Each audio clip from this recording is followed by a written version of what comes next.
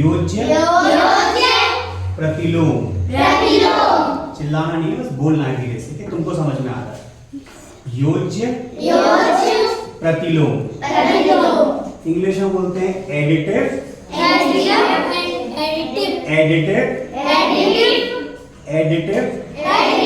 मुझे मत देखो, बोर्ड पे देखो।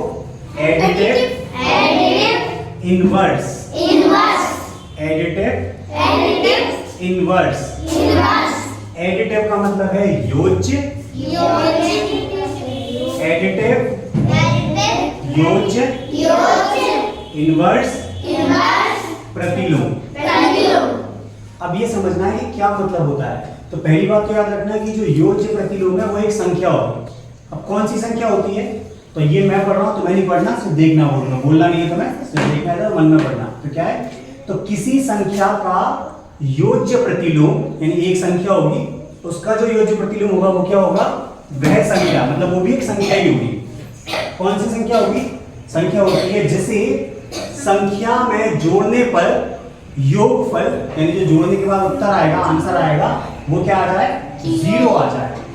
तो अगर मुझे किसी संख्या का योज्य प्रतिलोम निकालना है तो मुझे ऐसी संख्या के बारे में सोचना पड़ेगा कि मैं उस संख्या को जोड़ दूं उसमें, तो मेरा उत्तर कितना आ जाए, 0 आ जाए।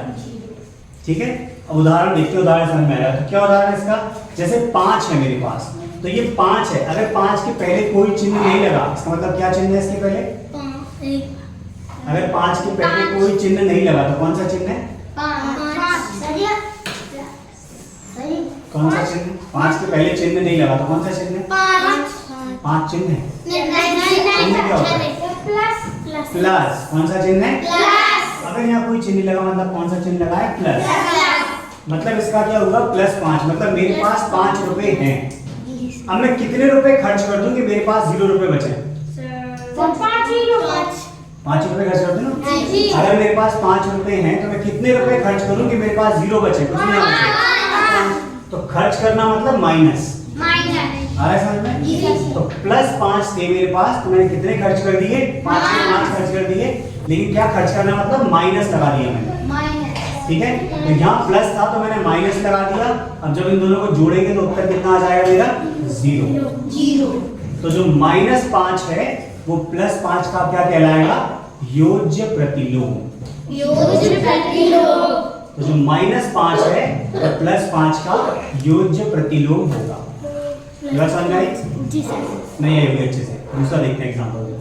अब ये लिखा है 7, 7 के पहले कोई चिन्ह लगाएंगे तो कौन सा चिन्ह होगा, प्लस का चिन्ह। इसका मतलब क्या है, इसका मतलब है कि मेरे पास 7 रुपए हैं और मैं कितने रुपए खर्च करूंगी, 0 खर्च कर दूं।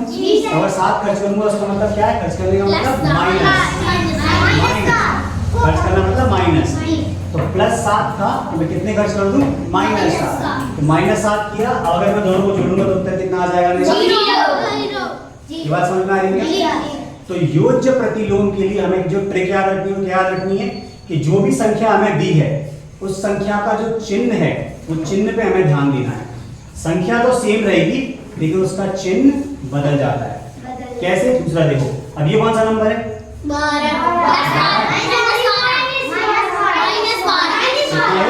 12। तो -12 का मतलब क्या है कि मैंने 12 रुपए उधार लिए हैं। किससे उधार लिए, सुमित से 12 रुपए मैंने उधार ले लिए। तो अब मुझे सुमित को कितने रुपए वापस करने पड़ेंगे तो 0 हो जाए, कितने वापस करने पड़ेंगे, 12 वापस करने पड़ेंगे। तो मैंने 12 रुपए उधार लिए थे, मुझे कैसे पता चला माइनस है। तो मैंने क्या किया, उसमें 12 जो दिया था 12 का एक चिन्ह लगाएगा यहाँ पे, तो मतलब कौन सा चिन्ह होगा यहाँ, प्लस। कौन सा चिन्ह होगा यहाँ पे, तो जब -12 था तो मैंने कौन सा चिन्ह लगा दिया, +12। तो चिन्ह बदल गया। तो -12 में अगर हम +12 जोड़ देंगे तो उत्तर कितना आ जाएगा, 0। आया समझ में। तो फिर से